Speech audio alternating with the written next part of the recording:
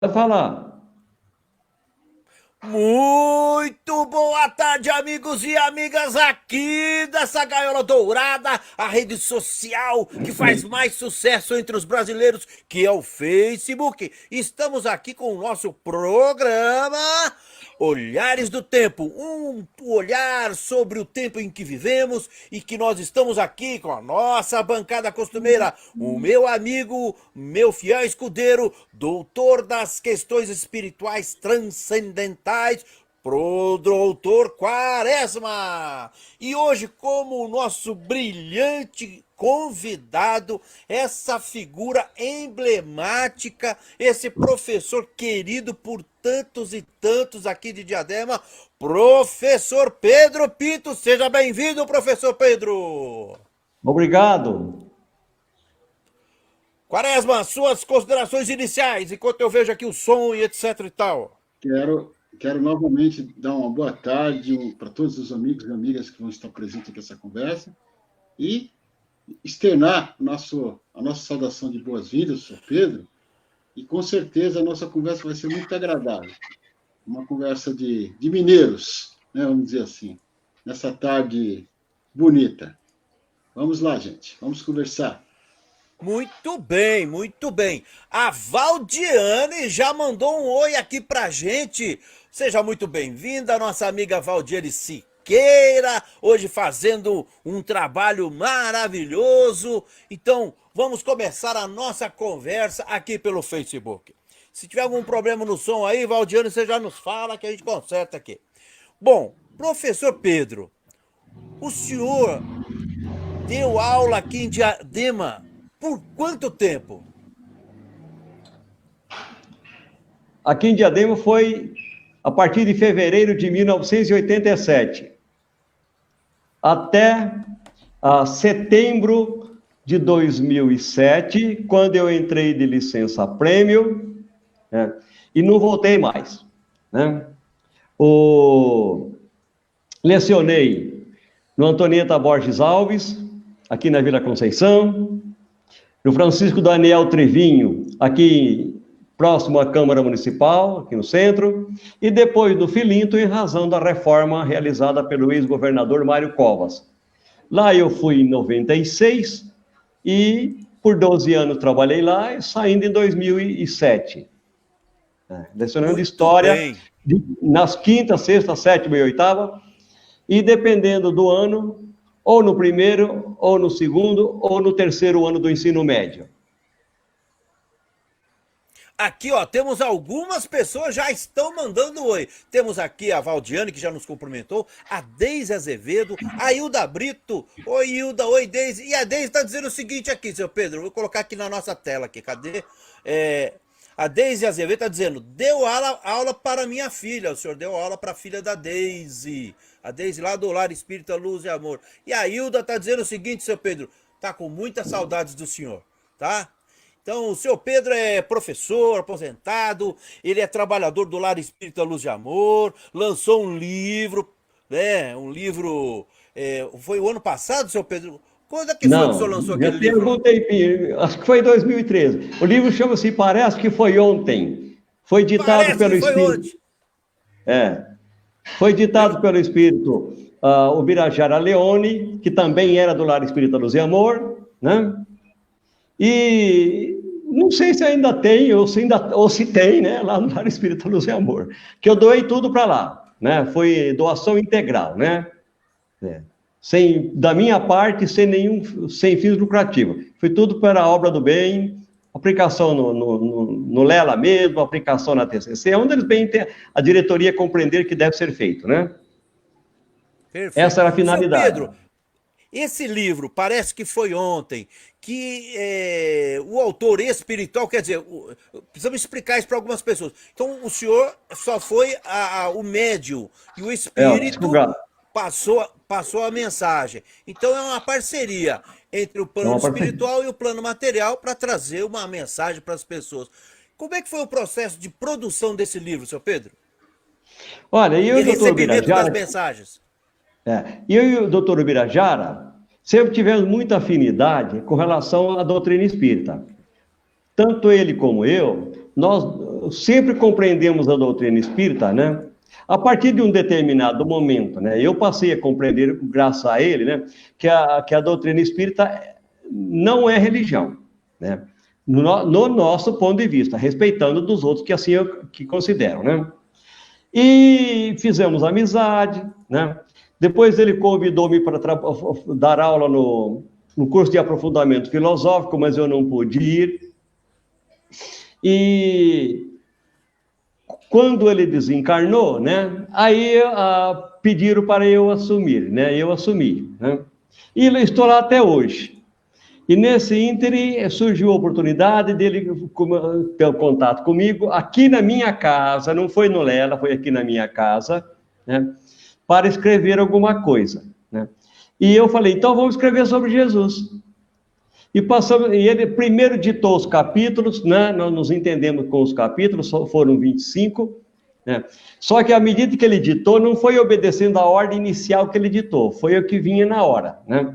E é assim, eu sou um médico psicógrafo audiente, né?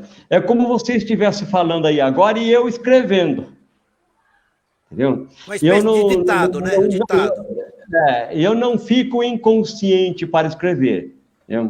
Eu ouço e escrevo, né? Tanto é que eu tinha liberdade até de alterar o que ele falava e depois quando passei no computador.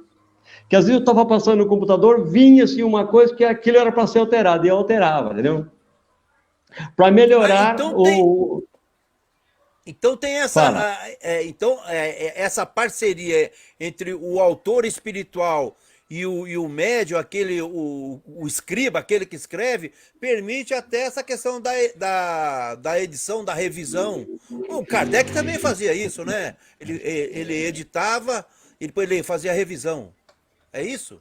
Deixa eu te passar uma curiosidade, já que você falou a palavra escriba, né? Há muitos anos, eu nem estava nessa área da psicografia ainda, né? Mas eu estava estudando no Lela, né? Ainda eu era aluno, né? E uma entidade egípcia, né, veio e conversou comigo, né? Daí ela falou que eu fui escriba dela no 4º século da era cristã, no Baixo Egito, né? Olha aí. Então, eu falei, olha que coisa, né? E ele me mostrou assim, uma poesia sobre o sol, mas eu não consegui gravar nada, porque eu nem ligava muito para essa questão ainda, né? E depois, mais tarde, agora a questão da psicografia, que houve uma época que eu estava chutando muito pau da bandeira, sabe? Então eu falei, poxa vida, eu leio o Evangelho, estudo, falo lá, dou aula, né? Então eu comecei de noite, a hora que eu silenciava tudo por volta das 11, 11h30, meia-noite, né? A fazer uma prece, aqui na minha cozinha, depois que eu vim para o escritório, né? A fazer uma prece, e de repente começou o negócio de escrever. E eu escrevi umas 400 poesias, viu? Nesse tempo todo. E fui me reharmonizando. Só que aquilo era só um treinamento, rapaz, porque deu um vírus no meu computador, apagou tudo. Olha. Não sei se eu tenho, eu só não sei se eu tenho no pendrive. Eu tenho medo de colocar e ter vírus, sabe, né? Então, tá, foi assim. Agora, o Birajara aqui, nós somos de tanto. Depois eu mostrei para a Ercília um primeiro antes desse livro editado aí, foi editado um outro antes, né? Sobre 10 virtudes, né? Porque eu tinha lido um livro chamado As Virtudes, de um autor americano, que você pode, cada país que ele edita, você pode colocar 1, 2, 3 poesias do país, né? Aqui no Brasil, eu me lembro que está a poesia Velha e as Árvores, quando foi editado no Brasil. Foi a diretora do Filindo que pediu para eu ler, porque eu dava aula de religião lá, né? E, então, eu usei da poesia para dar uma aula, tal, assim, né? E então eu me lembrei disso, eu falei, então vamos fazer sobre as virtudes. E ele editou, né, um livro sobre as virtudes. São 10, apenas 10, né? 10 virtudes. Tem mais virtudes, mas editou 10, né? Depois que veio esse outro. Então eu mostrei o primeiro para a Ercília, ela falou, que interessante. O Birajara, ele sempre teve vontade de escrever um livro. Olha. Ela colocou para a família dela, tudo, né? E depois veio o segundo. Aí eu falei, Ercílio, eu preferiria editar o segundo, né? Então ficou o primeiro com eles para ser editado, mas nunca editaram. Eu não sei se os recursos financeiros, porque quando eu falei quanto eu gastei, né? Até chegar a entregar o livro para o Lela, você vai na editora, você mostra, você faz uma série de coisas, né? E acho que eu não sei se foi de recurso financeiro, ele ficou doente também, depois ela, né? Acabaram desencarnando com alguns anos de diferença, mas né? Isso vai dinheiro, né? E está lá parado, né? Eles não falam nada, eu também não tenho muita coragem de perguntar, né? Seu Pedro, responda aqui uma curiosidade. O senhor teve contato com a mediunidade, com a sua mediunidade, com que idade? Quando é que isso despertou? Olha, já na infância, da outra vez eu falei, já na infância eu tinha alguma coisa desde criança, né? E eu vou comentar uma coisa aqui agora, né? Que eu pedi a Deus para que me tirasse isso. E ele tirou, viu? Você vê que Deus existe mesmo, né? Eu, quando era jovem, né, assim, lá pelos 16 anos, certa vez eu estava conversando com um amigo meu, né? E ele a gente tinha saído do trabalho e indo para casa, né? Ele do trabalho dele e eu do meu, os dois indo para casa. Isso foi num sábado à tarde. Sábado se pode meio-dia, meio-dia e meia. Naquela época se trabalhava no interior até meio-dia e pouco, né? E ele conversando comigo, eu não sei porquê. Na hora me bateu uma coisa, eu falei, esse cara vai morrer. Né? E não é que às 18 horas ele estava jogando bola e teve um infarto jogando bola e morreu? Né? Nossa! Mas aquele para mim não passou por nada, nem, né? Passado alguns anos eu estava aqui em São Paulo, na pensão, e um colega lá de pensão conversando comigo, né? De repente ele falou umas coisas, né, que eu nem lembro o que é, e me vê, poxa, esse cara vai morrer. Na madrugada seguinte, o cara tomou um tiro e morreu, foi assaltado, né? Daí eu falei, ó Deus, eu não quero essas coisas comigo, não, né? Nunca mais eu tive. Depois, então foi onde eu ia momentos de premonição, né? E depois, onde eu ia trabalhar, sempre tinha espírito que conversava de espiritismo comigo, e eu não era, muito pelo contrário, eu era meio ateísta, né? E depois, lendo lá para Mirassol, na casa da minha mãe, lá o meu irmão frequentava um centro espírita, ele ganhava livros, né? E eu chegava lá e lia os livros dele, e aquilo foi me dando vontade, e comecei com ele lá, quando eu estava de férias. Quando eu vim para cá, comecei no Lela, né? Comecei no Lela. Do Lela tinha um chamamento para fazer um curso para dar aula na infância e juventude. E era de domingo naquela época. E eu fiz o curso no sábado, no domingo eu fui lá. Só eu, o único que fui. Né? Trabalhei um ano com a Maria, do Jairo. E depois continuei estudando. Mas, na verdade, eu fui mais por causa da dor nas costas, né? Que eu fui tratado. Dona Dilma foi a minha primeira orientadora. Em 92, iniciei os estudos e concluí. Né? Desde cedo, eu estava no segundo ano, fui chamado para orientação. Né? E assim vem, entendeu? Trabalhei na desobsessão, dei passo, mas eu me afino mais com orientação e palestras. Né? Eu não me dou muito bem com passo, eu me canso muito de ficar com o braço esticado. Não sei se eu perco energia, o que é. Entendeu? Tá. A Maria, um dia falou, entra lá, vai fazer doação e tal. Maria, eu me dou melhor que a orientação e palestra, né? Tanto é que eu gosto muito de orientação e de palestra, né? É isso que eu gosto de fazer. A orientação, né? Seu Pedro, a orientação para aquelas pessoas que estão assistindo e que vão assistir, a orientação no centro espírita é um atendimento fraterno. A pessoa chega, a primeira vez ou segunda vez, ela é encaminhada para um dos orientadores que vai ouvir o problema da pessoa e indicar a melhor metodologia do passe, do tratamento espiritual. E esse trabalho da orientação, seu Pedro, eu considero um dos mais bonitos que existe no Centro Espírita, um dos mais fraternos, um dos mais acolhedores. O senhor também acha isso? Que o trabalho da orientação ele é importante? Eu tô mais ou menos, eu agora em junho de 2000, eu estou com 29 anos de Lela. De Lar Espírita Luz e Amor, 20 anos que eu estou lá, mas na orientação eu devo estar uns 26, 27 anos já quase, né? Eu vi gente chegar tombado mesmo, como se for, assim, quase que arrastado, né, de sofrimento moral, espiritual, né, físico, né, e a pessoa se reergue, viu? E como, viu? A pessoa se reerguer mesmo, né? A pessoa ficar muito bem. O lar Espírita Luz do Amor é uma bênção em Diadema, sabe, né? Ele resolve, assim, as pessoas a encontrarem os caminhos para que elas se harmonizem, né? Mas antes que a gente perca o fio da meada a respeito do livro, eu quero falar que o livro tem esse título, parece que foi ontem, mas não é um romance, né? Ele é um livro cujos capítulos falam sobre Jesus. Falam sobre Jesus. Bom, né? Então, às vezes as pessoas veem o título e falam, é um romance, é uma história, né? Não é, é um livro que fala sobre Jesus, né? Então, porque eu acho que para mim foi muito feliz, né? Poder falar algumas coisas, porque o Birajara, ele contou-me, né? Que ele esteve assim, não que ele esteve lá, mas assim, como se ele estivesse lá. E ele falava, nossa, parece que foi ontem que aconteceram aquelas coisas com Jesus. Entendeu? Quer dizer, 2000 anos passou muito rápido.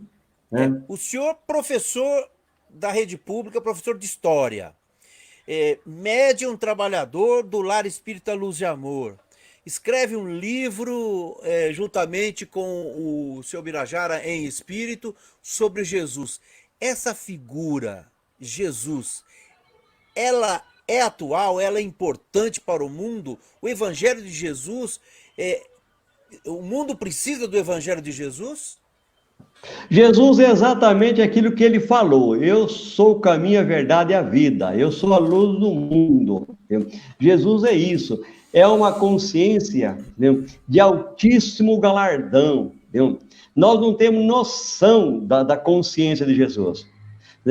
Repetindo o que a espiritualidade me falou, de Jesus nós apenas entrevemos, quase nada sabemos. Sabemos, assim, desses dados históricos que a tradição coloca, que ele nasceu lá em Belém, que ele foi crucificado, quando criança ele teve que fugir para o Egito, entendeu?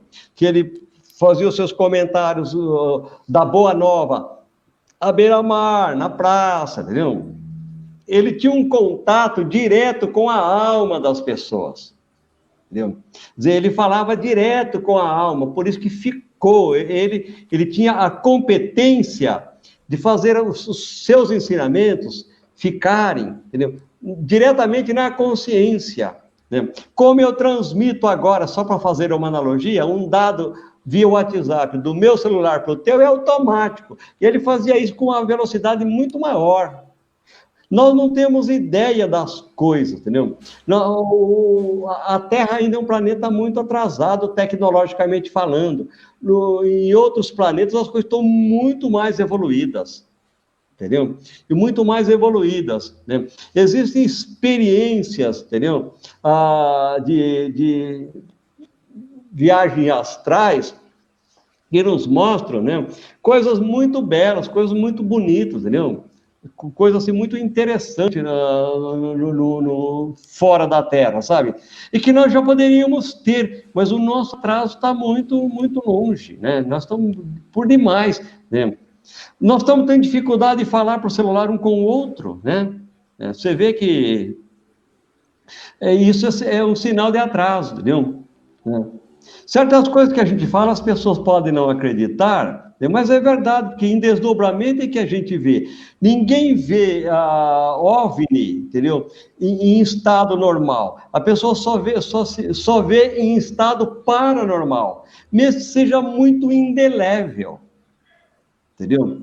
Agora, uma visão... Pode estar consciente, mas naquele... A pessoa está consciente, mas naquele momento ela fica nesse estado paranormal e percebe a aproximação do OVNI, é isso? São fragmentos, vamos por assim, por exemplo, são momentos e pequenos instantes, porque nós não temos condições de ter uma frequência maior nesse ambiente.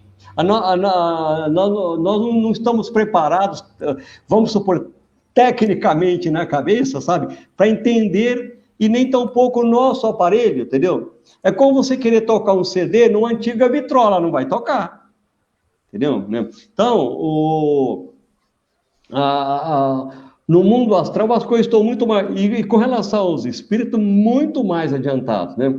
Nós temos aí planetas muito mais adiantados que o nosso, e que já estão vivendo uma vida cristã muito mais evoluída. Só que nesses planetas não é assim, o pessoal não fala assim, eu sou cristão, eu sou espírita, eu sou católico, eu sou evangélico.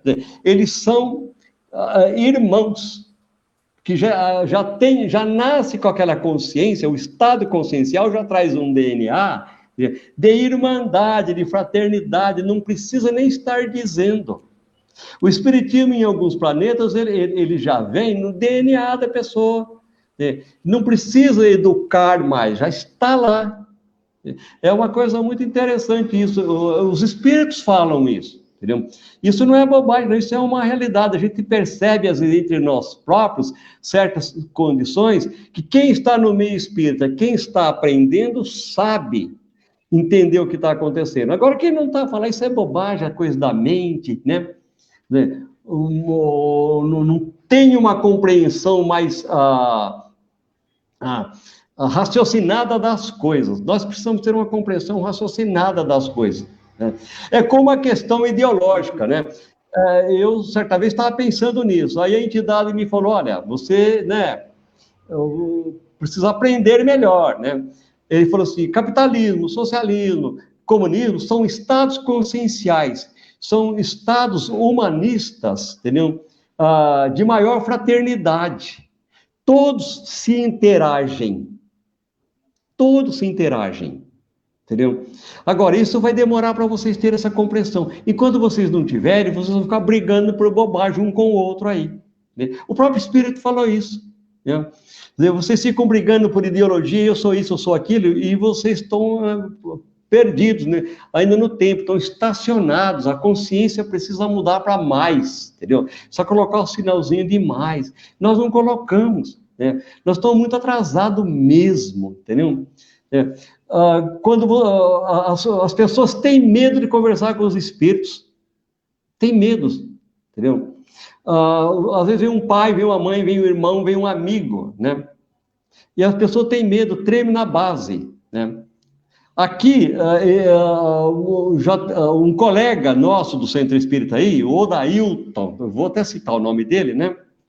Se eu não me engano, no segundo ou terceiro dia depois que ele tinha desencarnado, eu estava aqui à tarde mesmo, aqui, sentado, ouvindo música. De repente, olha ele aqui na porta do meu escritório, dentro de casa. Conversei com ele, estava feliz, contente, mandou agradecer o pessoal do Lela, entendeu? Né? Falou umas coisas, eu liguei para a esposa dele, né? Conversei com ela foi lá no centro, falei, olha, é o seguinte, eu não psicografei, ele falou, se quiser que eu escrevo, mas não é uma psicografia. Falei, você só me escreve para me mostrar para minha sogra. A mulher ficou numa felicidade, a sogra dela, ela telefonou para mim, que você não tem ideia. Olha o quanto é importante a mediunidade, o quanto é importante você formar amizade no lar espírita, luz e amor, com quem quer as coisas sérias, né? Com quem quer lidar com o espiritismo com seriedade. Ou com o catolicismo, com o evangelismo também, mas desde que seja com seriedade, com amor. Porque o fato de acreditar se existe reencarnação ou não existe, isso não quer dizer nada. O Espírito falou para mim aqui, se você não fizer o bem, não vem, que não tem. Entendeu? Não consegue nada. Só aqui do outro lado é a prática do amor, por bem mesmo, né? E preste atenção no Evangelho segundo o Espiritismo para você tirar lições profundas daí. Que aí está uma profundidade muito grande, né? O pessoal ainda está muito linear nesse Evangelho. Vai com profundidade, vai com filosofia, né? Vai buscando, vai no mundo das ideias. Aí você vai entender. Olha que coisa, é assim. E eu fui buscar também conhecimentos, um pouco de conhecimentos via internet, né? Não que eu fiz curso, mas eu fui vendo, né? Na Conscienciologia, criada pelo Valdo Vieira, lá em Foz do Iguaçu. A gente precisa adquirir outros conceitos. Foi com ele que eu aprendi que, a grosso modo, o que existe é consciência e energia. Aí eu, lendo a filosofia espírita, né, veio o entendimento, falei, essa entidade, tem uma entidade, mas só que a entidade não dá um nome, né? Começou a me mostrar como é que as coisas mais ou menos aconteceram, né? Deus criou o fluido universal, que é a energia, e criou o estado consciencial. Esse estado consciencial precisou evoluir. Para evoluir, ele precisou lidar com esse fluido universal.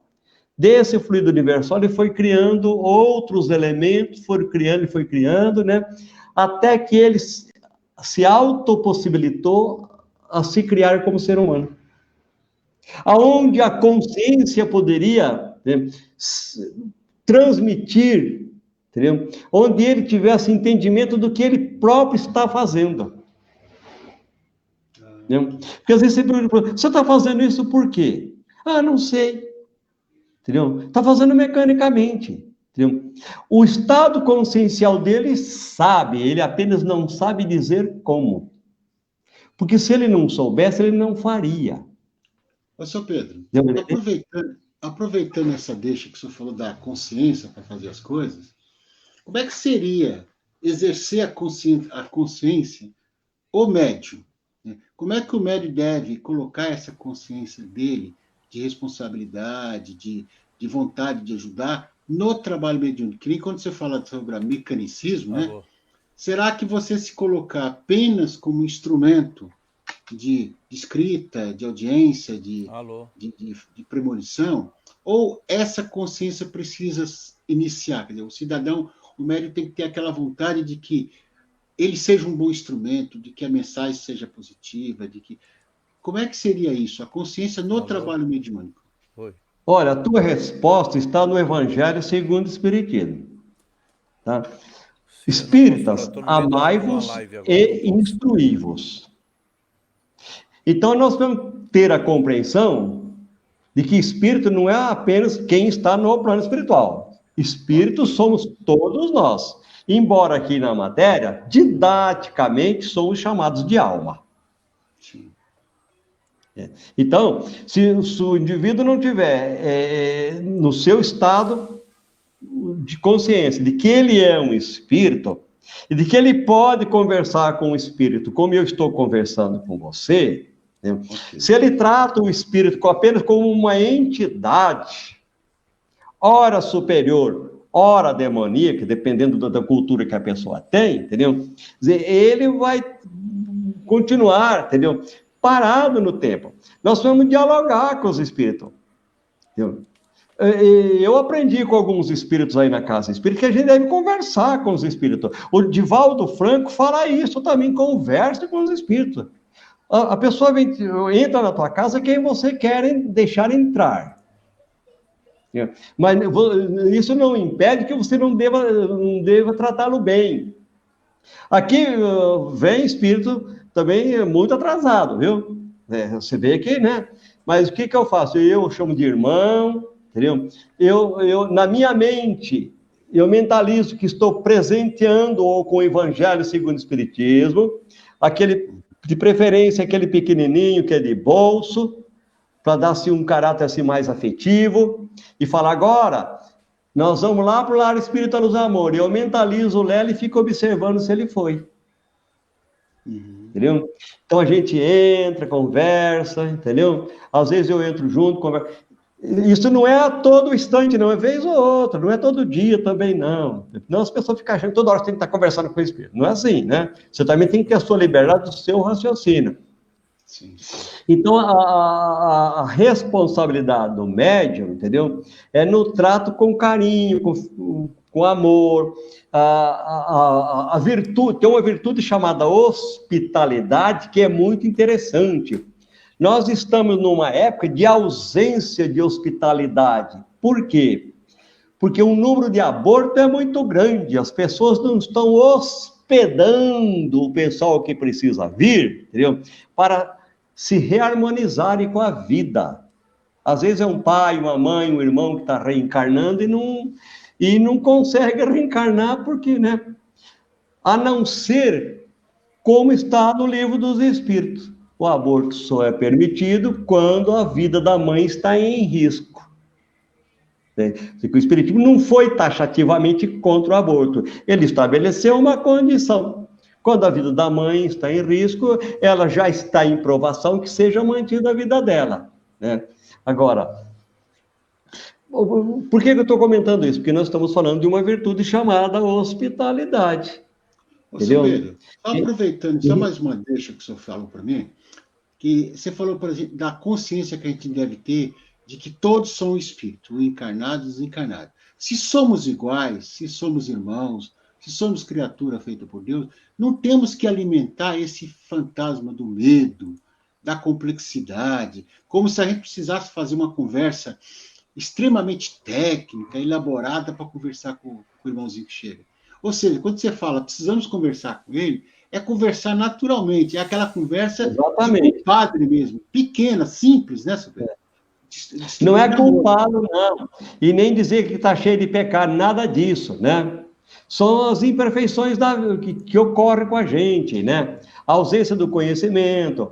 E eu falo, quando eu tenho oportunidade de conversar, eu falo assim, olha, faça uma prece, pense em Deus, pense em Jesus, pede o trabalho no bem que vai ser oferecido, né?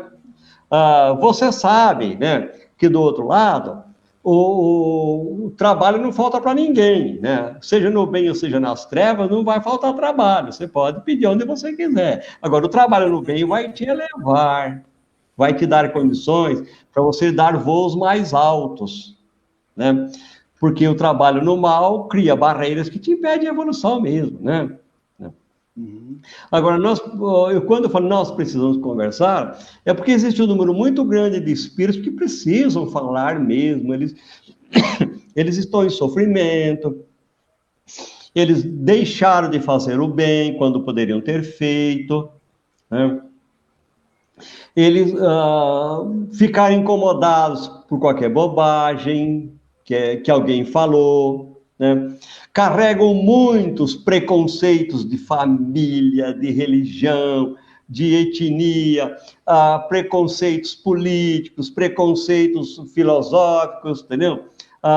Profissionais, né? Tudo isso vai conosco. Nós não vamos perder isso não, entendeu? Quem é preconceituoso, seja por qualquer razão aqui na Terra, né, enquanto ele estiver na vida material, a hora que ele entrar na outra dimensão, que é por aqui mesmo, ninguém vai dar um pulo de 50 milhões de quilômetros de altura, né? Vai continuando vivendo por aqui mesmo, numa faixa vibratória, né? Ele vai continuar com as mesmas ideias, se ele é preconceito. E se é uma pessoa boa, também vai continuar pensando no bem. Se é uma pessoa que gosta de trabalhar, vai continuar gostando de trabalhar. Se é vagabundo, vai gostar de continuar sendo vagabundo. Entendeu? Não tem esse negócio que morreu muda, há uma mudança quântica pelo fato de morrer, né? Agora, quem faz o bem, entendeu? Por amor mesmo, faz a caridade pela caridade, esse dá mudanças importantes, viu? Né? Porque a caridade cria uma tela vibratória na gente de evolução muito grande, sabe? Quando ela é feita por amor, né? É como tem uma lição no Evangelho segundo o Espiritismo que fala da caridade, sabe? E eu pude entender assim, entendeu? Se você, dependendo de como você dá a moeda para alguém, ela é esmola. Dependendo de como você dá, ela é caridade. Você pode dar a mesma moedinha de R$1 para uma pessoa, né? A sua postura íntima, ao dar a moedinha, ela pode ser caridade, mas a sua postura também pode ser esmola, entendeu? Então, e nós devemos nos encaminhar para isso, né? Para buscar o crescimento espiritual, né? Se entender como irmãos mesmo, né? Se entender como irmãos. Outra coisa que eu queria falar, eu li ontem de um livro do Dr. Inácio Ferreira, chama Em Gotas, né? São lições curtinhas, eu estou usando agora para fazer a preparação de ambiente do Evangelho no Lar. que todo dia, por volta das 11h30, meia-noite, meia-noite e meia, às vezes 1h da manhã, é que eu vou fazer o Evangelho no Lar. Eu não tenho... Horário fixo é só de domingo. E tem uma lição dele que ele fala que nós, os espíritos, escolhem a cor que quiser. Aqui na Terra nós temos o quê? Branco, negros, amarelos, né? A mestiçagem que vai dando, né? Às vezes, no Brasil nós chamamos de pardo, tem o pardo no Brasil, né? Encontrar esse caminho, acho que para resolver os problemas políticos aqui no Brasil, né? Então, mas na espiritualidade você tem espírito de tudo quanto é cor. Entendeu? Não tem só como aqui, né? Porque é uma escolha do espírito, ele tem vontade de ser aquilo, nada impede, o que vai importar é o que vai sair do coração dele, da alma dele, né? Aquele desejo do bem que ele vai fazer ao próximo, né? Então, tudo que nós fazemos aqui, entendeu? Nós devemos buscar um crescimento humanista mais adiantado, né? A religião, por exemplo, na minha opinião, no futuro ela vai deixar de existir, né? Eu acho que vai haver um humanismo mais avançado. As ideologias que nós chamamos de ideologia hoje, né, tirando aquelas que a gente deve combater mesmo, que nem devemos citá-las, né? As outras, né, elas se tornarão filosofias humanistas mais avançadas, de compreensão humanista, de compreensão humana, de entendimento, né? Essa separação entre homens e mulheres, homossexuais, isso não vai existir, entendeu? As mudanças nessa renovação espiritual vai ser muito grande de consciência dos seres, entendeu? Por que eu fico dizendo, aquele é branco, aquele é negro, aquele é mulher, aquele é homem? Nós estamos brancos, nós estamos negros, nós estamos amarelos, nós estamos homem, nós estamos mulher, entendeu? Eu mesmo sei, através de um espírito, entendeu? Que eu fui negro na Etiópia. Na Etiópia. E eu também, e é por isso que eu não sei, porque desde pequeno eu tenho uma coisa com a Etiópia, né? Impressionante. Eu sempre gostei da Etiópia, não sei por quê, entendeu? Nunca fui lá, leio muito pouco sobre lá, entendeu? Mas eu tenho uma coisa, se existisse um país que eu gostaria de conhecer, é a Etiópia. Entendeu? Agora, um dia o Espírito falou, mas você é de lá, você foi de lá, né? Você viveu lá mais ou menos 200, 300 anos depois de Jesus, entendeu? Né? Você era guerreiro lá, entendeu? Então... Inclusive, a Etiópia... E hoje eu sou branco. A Etiópia tem uma forte religiosidade vinculada ao Cristo. Lá tem... Então, talvez seja por isso. Tem igrejas moldadas nas pedras lá, tem toda uma história. Procura para você ver. Tem toda uma... Inclusive, tem teses, né, de que Jesus esteve por lá. Não sei se em pessoa, através de emissários, mas fundou-se lá uma religiosidade voltada para o Cristo. Depois procura para saber para você ver. E o seu Pedro também disse que ele foi o escriba lá no Egito, no quarto século depois de Cristo. Então, e lá a Etiópia é mais para baixo no mapa, então tá tudo a ver, né? Tudo a ver. Tá tudo a ver, entendeu? Graças a Deus, né? Entendeu? E eu gostaria de ter uma reencarnação como negro, né, na África, para ajudar a crescer lá o conhecimento espírita, né? Porque a doutrina é coisa de Jesus, né? Construir um processo de ideias que acabam se elaborando como uma doutrina, são necessários espíritos que têm competências que nós não temos ainda, né? Que pode combatê-los, mas ninguém consegue. Não é verdade? É como Sócrates, Platão e Aristóteles, são os mais conhecidos. Não é verdade? É como Jesus, né? Francisco de Assis, o apóstolo João, entendeu? Você pode ver aqui, né? Agora, vê se alguém... Um dos grandes na história foi John Ross, né? Que foi o Kardec mais tarde, né? Quer dizer, o Kardec veio, por quê? Para atenuar a questão da Inquisição, junto a John Ross, né?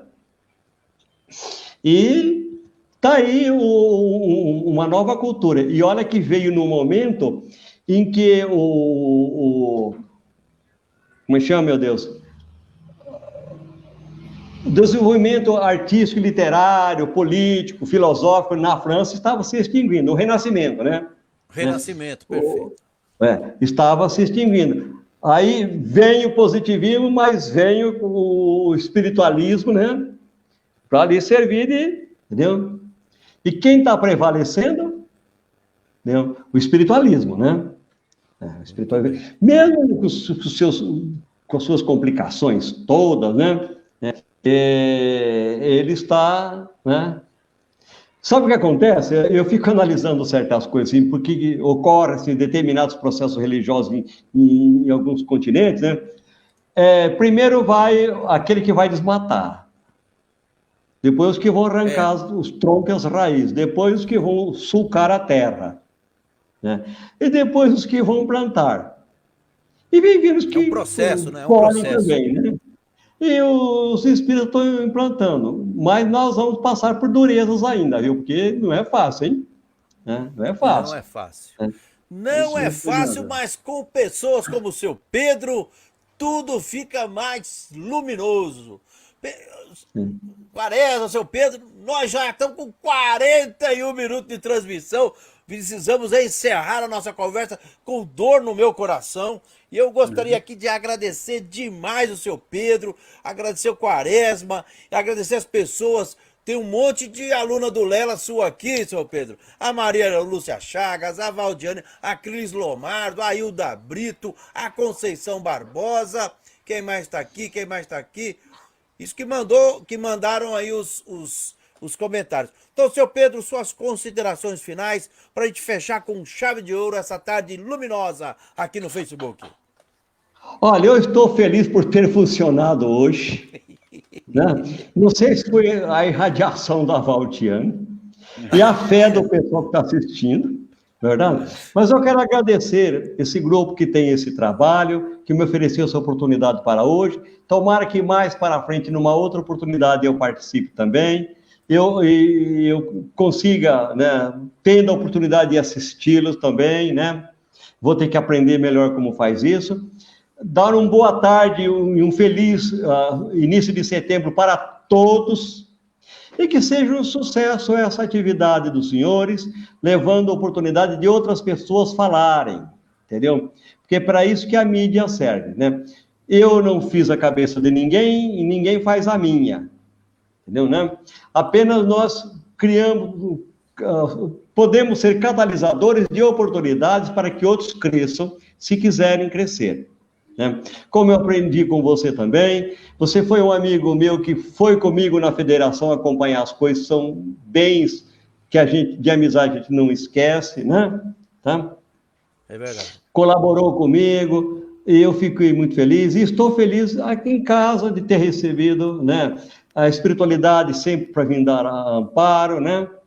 E eu fiquei conhecendo o Quaresma, que embora eu enxergo muito pouquinho, eu estou tentando chegar perto do celular, mas eu quase não vejo o rosto do Quaresma, né? Porque formam, tanto o teu como o dele, né? Formam um embaçado no centro, então eu não consigo ler. O que está escrito embaixo eu não leio nada, mas eu ouço, né?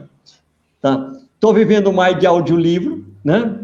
Então, eu gostaria que vocês ficassem muito felizes e continuem realizando esse trabalho com muita felicidade, tá? Expandir o espiritismo, expandir a cultura, que não é só o espiritismo, né? Levar conhecimentos com liberdade, com oportunidade de crescimento espiritual para todo mundo.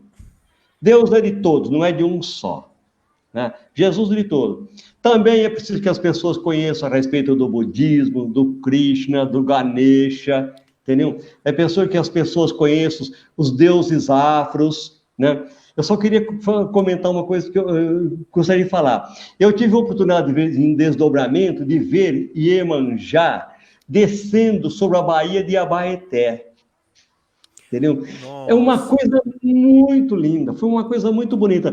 E vi no Rio de Janeiro, né, na praia, como se fosse um retângulo, e crianças sentadas na arquibancada, entendeu? Só crianças negras, e todos com aquele negócio de tocar bateria, baqueta chama, né? Todos Isso. tocando ao mesmo tempo. Muito bonito assistir essas coisas. A espiritualidade nos permite isso. Ver essas belezas da arte que tem no plano espiritual, né? Tem um coral no plano espiritual, chama-se Flores Cantantes, é de crianças e adolescentes. É uma coisa extraordinária e bonita, entendeu?